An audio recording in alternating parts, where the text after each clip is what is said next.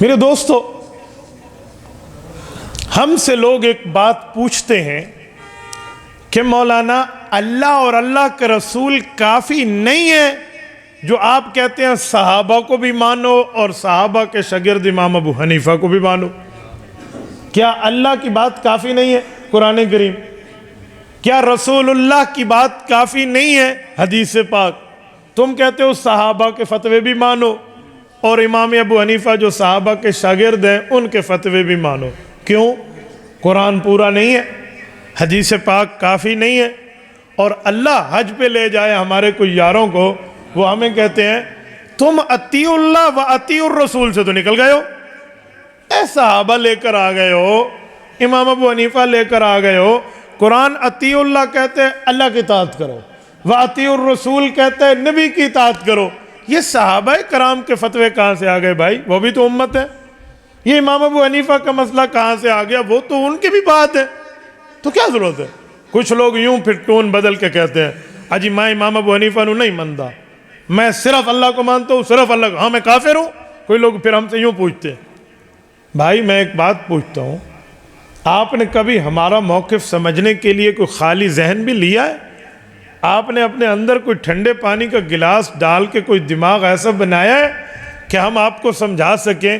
آپ ضد کو تھوڑا ہٹا لیں، تعصب کی اینک کو اتار کے ایک سائڈ پہ رکھ لیں، دماغ کو کول اپ رکھیں، جسم کو وارم اپ رکھیں اور ہم سے بات کریں۔ اگر ہماری بات میں نقص ہو، ہماری بات میں نقص ہو، ہماری بات میں ویکنس ہو، ہماری بات میں وہ کیا کہتے کمزوری ہو تو آپ نہ ماننا، لیکن بات سننے کا تو آپ کو حق دینا چاہیے، موقف تو میں پیش کر پاؤں۔ میں ایک بات پوچھتا ہوں کہ ہم صحابہ کرام کو اور امام ابو حنیفہ رحمہ اللہ کو جو مانتے ہیں وہ اس لیے مانتے ہیں کہ اللہ کافی نہیں ہے، یا اسی لیے مانتے ہیں کہ رسول اللہ کافی نہیں ہے؟ یار وہ کون سا دنیا کا بے ایمان ہوگا جو کہے اللہ کافی نہیں ہے، یا جو کہے حدیثیں کافی نہیں ہیں؟ بابا ہم تو قرآن کے بھی قائل ہیں، حضور کے فرمان کے بھی قائل ہیں، لیکن مسئلہ بابا یہ ہے کہ اس قرآن کی آیت کا مطلب کیا ہے وہ ہم حضور سے پوچھتے ہیں، اور اس حدیث کا مطلب کیا ہے وہ حضور کے شاگردوں سے پوچھتے ہیں۔ ایک ہی مسئلہ ہے۔ ہم نے صحابہ کو صرف ایک بنیاد پہ مانا ہے کہ وہ رسالت مآب علیہ السلام کے وہ ساتھی ہیں جو پیغمبر کی تشریح، پیغمبر کے فرمان کا مطلب، پیغمبر کے فرمان کی تفسیر، پیغمبر کے فرمان کی تشریح ہمیں سمجھانے والے ہیں۔ بس ایک ہی مسئلہ ہے کہ اللہ کی بات کو سمجھائے گا رسول اللہ، اور رسول اللہ کی بات کو سمجھائے گا حضور پاک کا شاگرد۔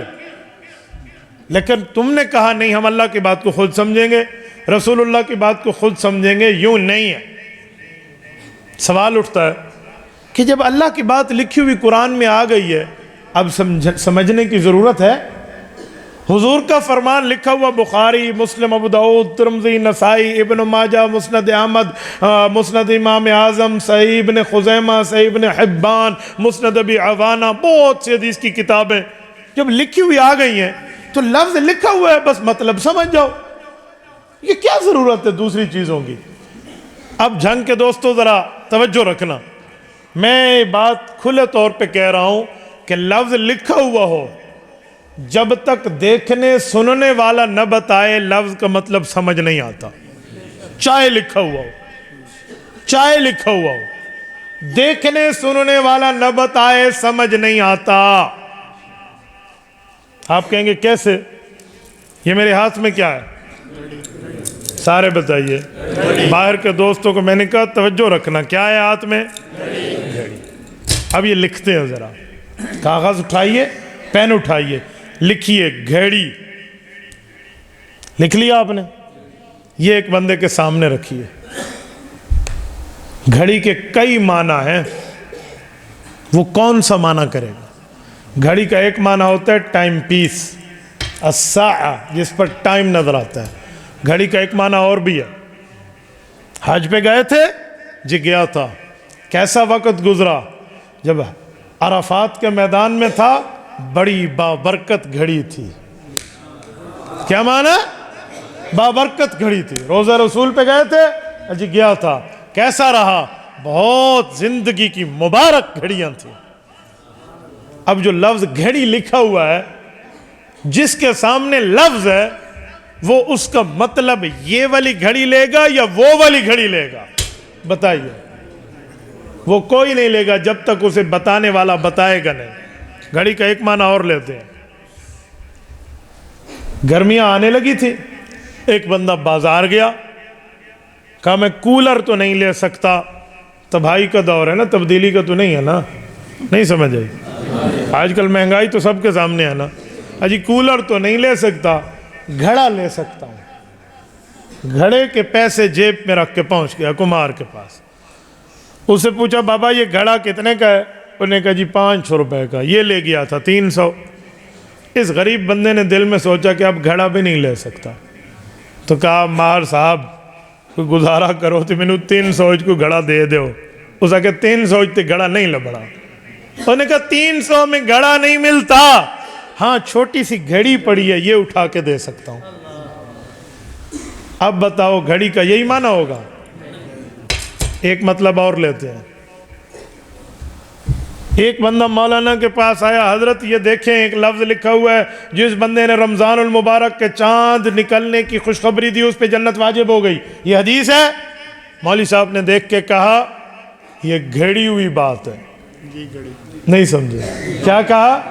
ھذا حدیث موضوع، یہ گھڑی ہوئی حدیث ہے، جھوٹی ہے، گھڑانتو ہے، ہینڈ پکڈ، ہاتھ سے بنائی ہوئی ہے.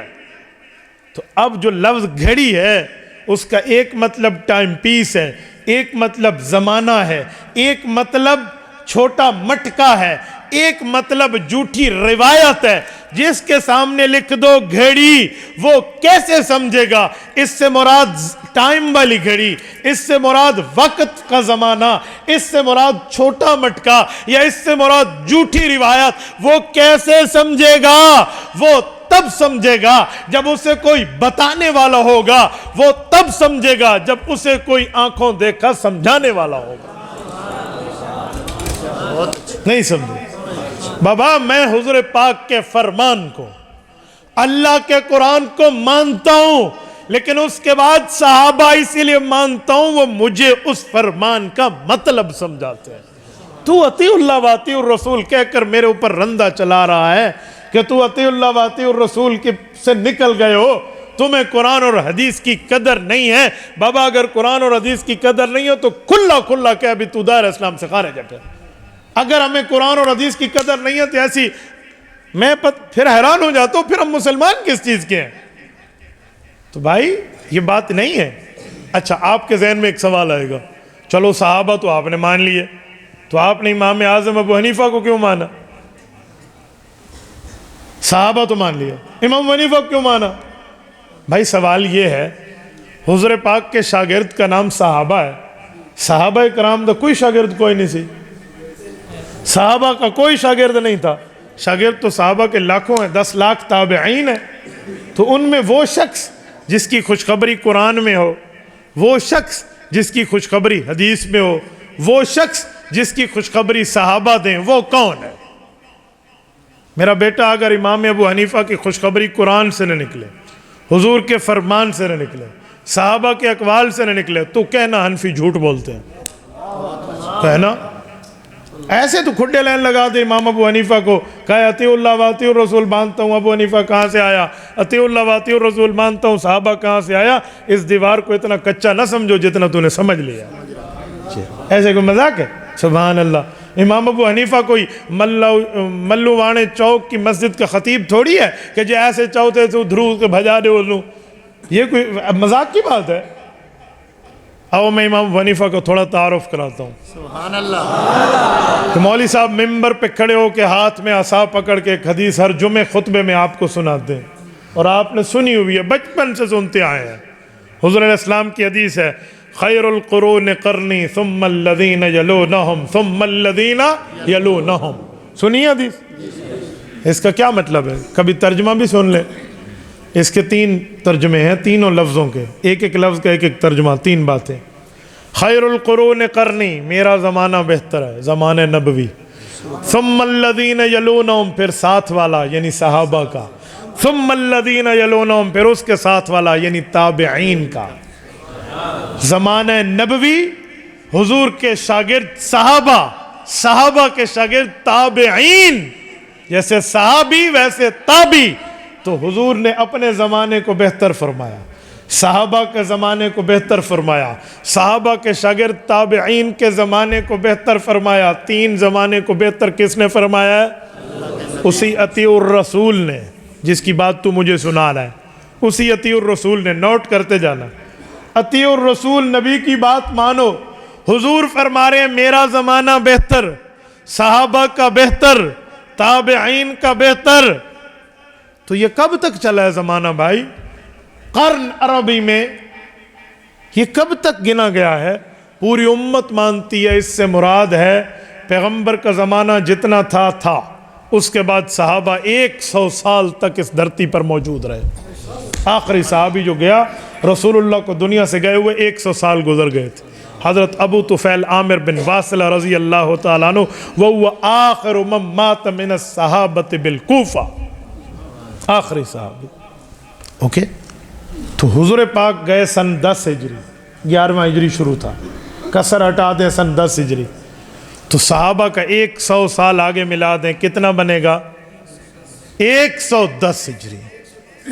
آپ کی توجہ ختم ہو گئی، سٹیج والے بتاتے ہیں پہلے تو تسی بڑا سارا لایا بھی ایسی توجہ رکھنی ہے، جوان اکھیاں نال تو سننا ہے بھائی۔ حضور پاک کا زمانہ 10 ہجری، صحابہ کا 100 سال ملائیں کتنا؟ ایسے 110 ہجری، ٹھیک ہو گیا۔ پھر تابعین کے 100 سال ملائیں کتنا؟ 210 ہجری۔ اب کون سی ہجری ہے؟ 1443 ہجری۔ حضور نے کتنے زمانوں کو دعائیں دی ہیں؟ 3۔ اپنا زمانہ صحابہ کا، تابعین کا، خیر القرون قرنی ثم الذین یلونہم ثم الذین یلونہم، حضور کا بہتر، صحابہ کا بہتر، تابعین کا بہتر، 210 ہجری تک زمانہ بہترین، معجبین، دل نشین، حسین ہے۔ یہ حضور پاک کی دعائیں ہیں۔ آؤ دیکھتے ہیں امام ابو حنیفہ کس زمانے میں پیدا ہوئے ہیں، امام ابو حنیفہ کس زمانے میں پلے بڑے ہیں، امام ابو حنیفہ نے کس زمانے میں تعلیم حاصل کی ہے، امام ابو حنیفہ نے کس زمانے میں تعلیم حاصل کر کے امت کو سمجھایا ہے۔ فائنل کر لیتے ہیں، امام ابو حنیفہ کب پیدا ہوئے، کب پلے بڑے، کب فتویٰ دیا، کب کس سے پڑھے، تھوڑا تعارف، انٹروڈکشن، وضاحت، تفصیل۔ امام ابو حنیفہ کب پیدا ہوئے؟ 3 روایتیں، ایک روایت سن 80 ہجری، ایک روایت سن 70 ہجری، ایک روایت سن 60 ہجری میں پیدا ہوئے۔ امام ابو حنیفہ کا اگر زمانہ لیں سن 80 ہجری کا، تو امام ابو حنیفہ نے کتنے سال صحابہ کے ساتھ گزارے؟ 90، 100، 110 پہ صحابہ کا زمانہ ختم ہے۔ کتنے سال؟ 30 سال۔ اگر قول لیں سن 70 ہجری، 80، 90، 100، 110، کتنے سال گزارے؟ 40 سال۔ اگر لیں سن 60 ہجری کا قول، سن 70، سن 80، سن 90، سن 100، سن 110، آدھی صدی امام ابو حنیفہ نے صحابہ میں گزاری ہے۔ میرے بھائی، امام ابو حنیفہ پہ بولنے سے پہلے تھوڑا سن بھی لیتا، یہ کون آدمی ہے، تھوڑا پتہ بھی کر لیتا یہ کون بندہ ہے۔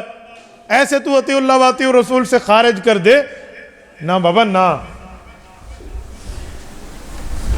دہلیز کو چوم کے چھوڑ دیا، دیکھا کہ یہ پتھر بھاری ہے، ٹھیک ہے نا، ہاں ایسا نہیں ہے، توجہ رکھنا۔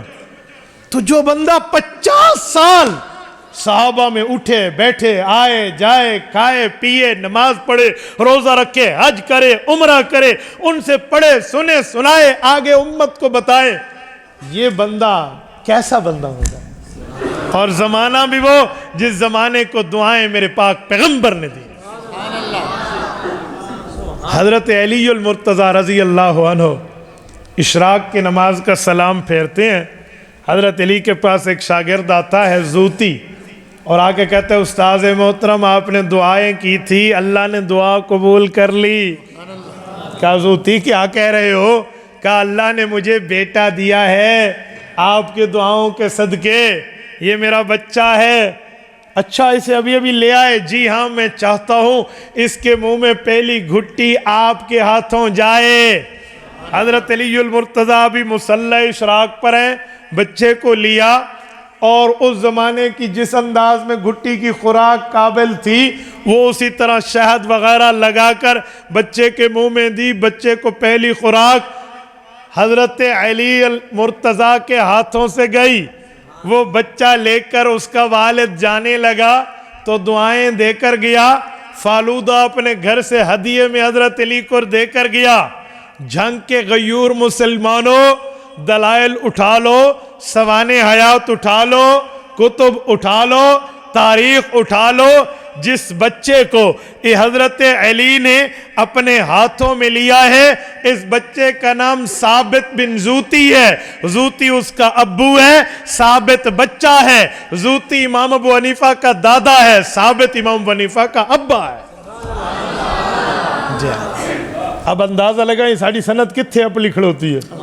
جی ہمیں لوگ ایسے کہ امام ابو حنیفہ کو مانتے ہو، سبحان اللہ، حیران ہوں میں تیری سوچ پہ، حیران ہوں میں تیرے عقل پہ، حیران ہوں میں تیری فراست پہ، حیرت ہے مجھے تیرے فہم پہ۔ تو نے تعارف نہیں کرایا امام ابو حنیفہ کا وہ کون ہے، کیوں تو بتاتا سناتا سمجھاتا تے دال نہیں گلنی سی نا، پھر تو بات نہیں بنتی۔ اسی لیے مسئلہ ہے، میں نے شروع میں کہا تھا کہ میرے بندے نے میرا موقف نہیں سمجھا، جواب نہ دیا، اس نے نہیں سمجھا، اس نے اعتراض کر دیا۔ تبارك الذي نزل الفرقان على عبده ليكون للعالمين نذيرا